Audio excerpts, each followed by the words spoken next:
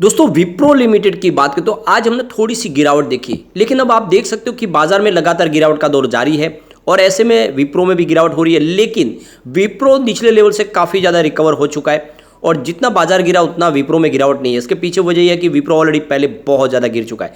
लेकिन अब आप देख सकते हो कि विप्रो सिर्फ इंडिया के बाजार में ट्रेड नहीं करता है बल्कि यूएस मार्केट में भी ट्रेड करता है और वहाँ पर बाजार खुल चुके हैं और वहाँ पर भी दबाव दिखाई दे रहा है। दूसरी तरफ अगर देखें तो बाजार की संभावना फिलहाल निगेटिव बनी हुई है। एफआई की तरफ से बाजार में लगातार बिकवाली जारी है और इस वजह से हमारा इंडियन रुपीज़ भी ऑल टाइम लो पे चल रहा है। तो ऐसे में क्या करना चाहिए? क्या विप्रो में इन्वेस्टमेंट करना चाहिए या फिर विप्रो में से हमें निकल जाना चाहिए? आने वाले समय क्या तेज़ी बन सकती है? जिस तरह से स्टॉक में काफ़ी गिरावट हुई है, क्या इसका फ़ायदा उठाना चाहिए? यहाँ पर एक बड़ी अपडेट निकल के आ रही है आईटी सेक्टर को, उसको जानेंगे। दूसरी तरफ विप्रो को लेकर एक खबर है, उसको भी अच्छे से समझेंगे। और जिस तरह से विप्रो सिर्फ यहाँ पे आपको प्राइस की बढ़ने की वजह से आपको फ़ायदा नहीं होता बल्कि इसमें आपको बोनस की वजह से भी बहुत सारा फायदा होता है। लगातार बोनस मिलता है और अच्छा डिविडेंड, दूसरी कंपनियों से शानदार डिविडेंड भी मिलता है। तो क्या विप्रो में निवेश किया जा सकता है? इन सारी बातों को समझेंगे इस वीडियो के माध्यम से। सबसे पहले आज के कारोबार को अगर देखें, स्टॉक की शुरुआत 396 पर हुई, 395 का लो बना और 400 का हाई है, यानी फिर से आज इसने 400 के स्तर को छुआ और फिर 397 पर क्लोजिंग रही, जहाँ पे 0.15% की मामूली सी गिरावट रही। कुल मिला के आज काफ़ी अच्छा रहा इसका प्रदर्शन।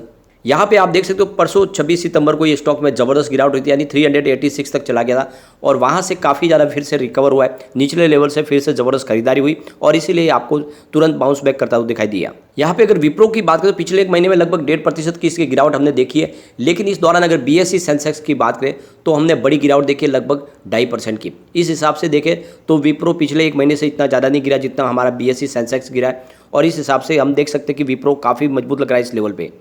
अब यहाँ पे इंटरनेशनल मार्केट भी खुल चुके हैं। डाउ जोन्स की बात करें तो फिलहाल 29,128 के स्तर पर है, जहाँ पे 0.02% की मामूली सी गिरावट है।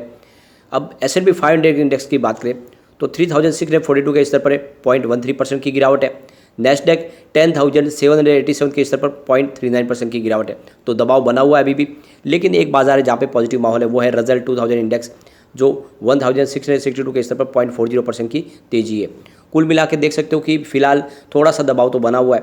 अब यहाँ पे हम विप्रो लिमिटेड की बात करें जो यूएस मार्केट में ट्रेड करता है, तो यहाँ पे आप देख सकते हो $4.78 की प्राइस है, जहाँ पे 0.10% की मामूली गिरावट है। गिरावट इतनी बड़ी नहीं है, परंतु पिछले एक महीने की बात करें तो यूएस मार्केट में विप्रो में काफ़ी बड़ी गिरावट हुई है, करीब 4.87% की गिरावट हुई है, क्योंकि $5.03 की प्राइस थी एक महीने पहले। तो उस हिसाब से देखें तो इंडिया के बाजार में लगभग 1.5% की गिरावट हुई है, लेकिन यूएस मार्केट में विप्रो की ज़बरदस्त धुलाई हुई है, करीब 5% टूटा है।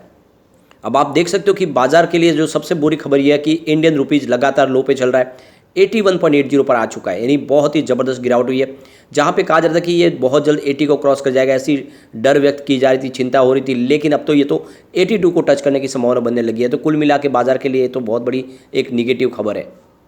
यहाँ पे एक अच्छी गुड न्यूज़ निकल के आ रही है कि कोविड काल के बाद में जब फिर से सारी कारोबारी गतिविधियाँ शुरू हो चुकी है, आईटी सेक्टर में ज़बरदस्त तेज़ी का बूम आया हुआ है। भले ही इस समय आईटी सेक्टर रेवेन्यू के मामले में पिछड़ रहा हो, लेकिन यहाँ पे जॉब क्रिएशन में यह बहुत ही तेज़ी से आगे बढ़ रही है। यहाँ पे आप देख सकते हो कि करीब 22% का जंप देखने को मिला आईटी सेक्टर में। तो दूसरे सेक्टर के मुकाबले आईटी सेक्टर जॉब देने में सबसे आगे है और लगातार इसमें बढ़ रहा है और तेज़ी से कारोबार भी बढ़ रहा है। लेकिन यहाँ पे इसके बीच में देखें तो जैसे कि 300 एम्प्लॉयज़ को यहाँ पे विप्रो की तरफ से निकाला गया, क्योंकि वो मून लाइटिंग में पकड़े गए, यानी एक कंपनी में काम करते हुए दूसरी कंपनी के लिए उन्होंने सेवाएं दी और इसीलिए इसके तहत उनके ऊपर कार्रवाई की गई और 300 एम्प्लॉयज़ को उन्होंने कंपनी से निकाल दिया। लेकिन क्या है, अब वो निकाला, क्या वो कुछ कर नहीं सकते आगे, क्या वो कुछ कार्रवाई कर सकते? तो यहाँ पे देख सकते हैं कि फ़िलहाल ऐसा कोई लॉ नहीं है जो इनको डायरेक्टली कंपनी से बेदखल कर सके, जॉब से निकाल सके, यानी मून लाइटिंग के लिए कोई अभी तक स्पेशल लॉ बना हुआ नहीं है। लेकिन अब उनकी पॉलिसी के ऊपर उन्होंने निकाला है, लेकिन लॉ में ऐसी कोई संभावना नहीं है कि एक कंपनी में काम करते हुए कोई दूसरी कंपनी में काम नहीं कर सकता, ऐसा फ़िलहाल कोई लॉ नहीं बना हुआ है। हमारे यहाँ पे लॉ में मून लाइटिंग को फिलहाल किसी तरह से क्लियर नहीं किया गया कि इसके ऊपर क्या हो सकता है, क्या इसको रोका जा सकता है, क्या इसको पूरी तरह से बैन किया जा सकता है, ऐसा फिलहाल लॉ में नहीं है। और इसी वजह से आने वाले समय में हो सकता है इसको चैलेंज किया जाए, आगे कानूनी कार्रवाई की जा सके, तो ये आने वाले समय में देखा जाएगा। लेकिन कोई भी कंपनी नहीं चाहती कि उनके एम्प्लॉय दूसरी जगह पर जाके काम करें, क्योंकि एक तरह से देखें तो उनके जो क्लाइंट होते हैं वो लगभग एक ही होते हैं और ऐसे में उनके सीक्रेट वहाँ पे लीक होने की संभावना बनती है। इसलिए वो चाहते हैं कि उनके जो एम्प्लॉयज़ है वो उनके प्रति ही वफादार रहे और इसीलिए लगातार उनको वो वेरिएबल प्राइस भी देते हैं, लगातार उनको इनक्रेज करने के लिए बहुत सारे उनको कई गिफ्ट दिए जाते हैं, लगातार सैलरी भी बढ़ाई जाती है ताकि वो सेटिस्फाइड रहे।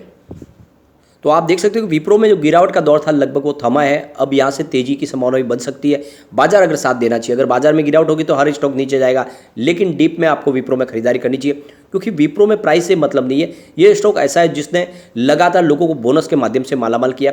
अगर कंपनी ने जितना बोनस दिया अगर नहीं दिया होता तो आज हिंदुस्तान के स्टॉक मार्केट के इतिहास में सबसे महंगा शेयर होता। आप देख सकते हो लगातार बोनस देता है। अब 2004 में कंपनी ने 2:1 रेशियो के बोनस दिया था, उसके बाद 2005 में 1:1 के रेशियो में बोनस दिया, उसके बाद 2010 में 2:3 के रेशियो में इसने बोनस दिया, फिर 2017 में वापस 1:1 के रेशियो में बोनस दिया कंपनी ने और 2019 में 1:3 के रेशियो में बोनस दिया। तो लगातार बोनस देती है कंपनी और इसके अलावा बहुत ही शानदार कंपनी डिविडेंड भी देती है। अगर हम डिविडेंड की बात करें तो 2022 में इन्होंने 250% का डिविडेंड एक बार दिया और इससे पहले फर्स्ट मंथ में आप देखें तो 50% और डिविडेंड मिला। तो इस तरह से टोटल 2022 में इन्होंने 300% का शानदार डिविडेंड दिया और ये काफ़ी समय के बाद है। इससे पहले 250% का जो डिविडेंड है वो इन्होंने 2016 में दिया था। तो आप देख सकते हो कि पिछले कई सालों के बाद में इन्होंने बहुत ही ज़बरदस्त डिविडेंड भी दिया। तो ऐसे में इन्वेस्टमेंट किया जा सकता है। कंपनी की परफॉर्मेंस काफ़ी अच्छी है और अपने प्रॉफिट में कंपनी हिस्सेदार भी बनाती है अपने शेयर होल्डर को। तो बिल्कुल ऐसे स्टॉक में निवेश करना चाहिए और लॉन्ग टर्म के लिए बने रहना चाहिए। अभी पिछले और 5 ईयर की परफॉर्मेंस एक साथ में देख लेते हैं। 5 ईयर के हिसाब से अगर देखें तो विप्रो ने 12.98% का पॉजिटिव रिटर्न दिया है। इस दौरान BSE सेंसेक्स 12.68% दौड़ा और BSE IT इंडेक्स 22.40% दौड़ा। तो यहाँ पे आपको विनर BSE IT इंडेक्स दिखाई देगा। 3 ईयर के हिसाब से देखें तो विप्रो ने 18.93% का ज़बरदस्त रिटर्न दिया। इस दौरान BSE सेंसेक्स ने 13.39% की दौड़ लगाई और BSE IT इंडेक्स 21.45% दौड़ा। तो यहाँ पर भी विनर आपको BSE IT इंडेक्स ही दिखाई देगा। अब यहाँ पे 1 ईयर के हिसाब से देखें तो विप्रो ने 39.13% का निगेटिव रिटर्न दिया। इस दौरान BSE सेंसेक्स ने 5.79% का निगेटिव रिटर्न दिया और BSE IT ने 22.17% का निगेटिव रिटर्न दिया। तो यहाँ पे लूजर आपको विप्रो दिखाई देगा। इसके अलावा अगर हम 3 मंथ के हिसाब से देखें तो विप्रो ने 6.32% का निगेटिव रिटर्न दिया। इस दौरान BSE सेंसेक्स 6.47% दौड़ा, लेकिन BSE IT इंडेक्स में 4.48% की हमने गिरावट देखी है। तो यहाँ पर भी आपको लूजर विप्रो दिखाई देगा। 1 मंथ के हिसाब से देखें तो 4.60% की गिरावट देखिए विप्रो में, BSE सेंसेक्स में 3.80% की गिरावट और BSE IT इंडेक्स में 6.21% की गिरावट हुई है। ईयर टू डेट के हिसाब से देखें तो टोटल विप्रो 44.36% गिरा है और BSE सेंसेक्स 2.84% डाउन हुआ, BSE IT इंडेक्स 27.52% गिरा।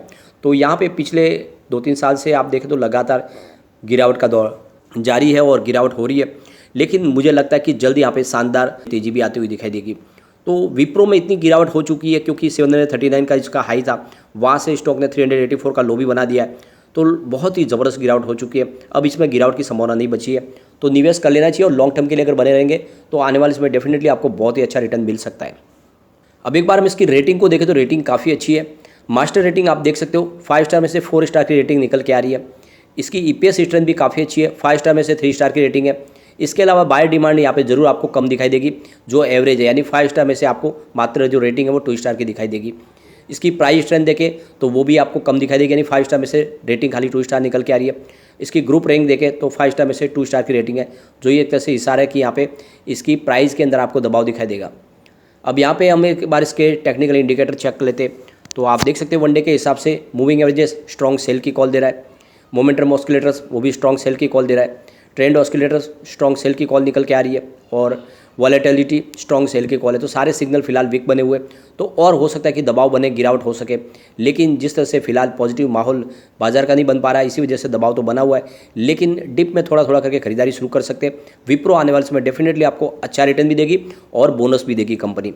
तो Q2 का इंतजार कर सकते हैं। Q2 इस बार अगर अच्छा बनेगा तो Q2 में कोई पॉजिटिव संभावना बन सकती है। हो सकता है कंपनी Q2 में बोनस की संभावना भी तलाश है, तो निवेश किया जा सकता है। लेकिन फ्रेंड, कोई भी इन्वेस्टमेंट करने से पहले अपने फाइनेंशियल एडवाइजर से एक बार भी ले ले या अपना खुद का रिसर्च करें, क्योंकि मैंने वीडियो आपके एजुकेशनल पर्पज़ के लिए ही बनाया। वीडियो पसंद आए तो लाइक से जरूर कीजिए और चैनल को सब्सक्राइब कर दीजिए। Thank you friend.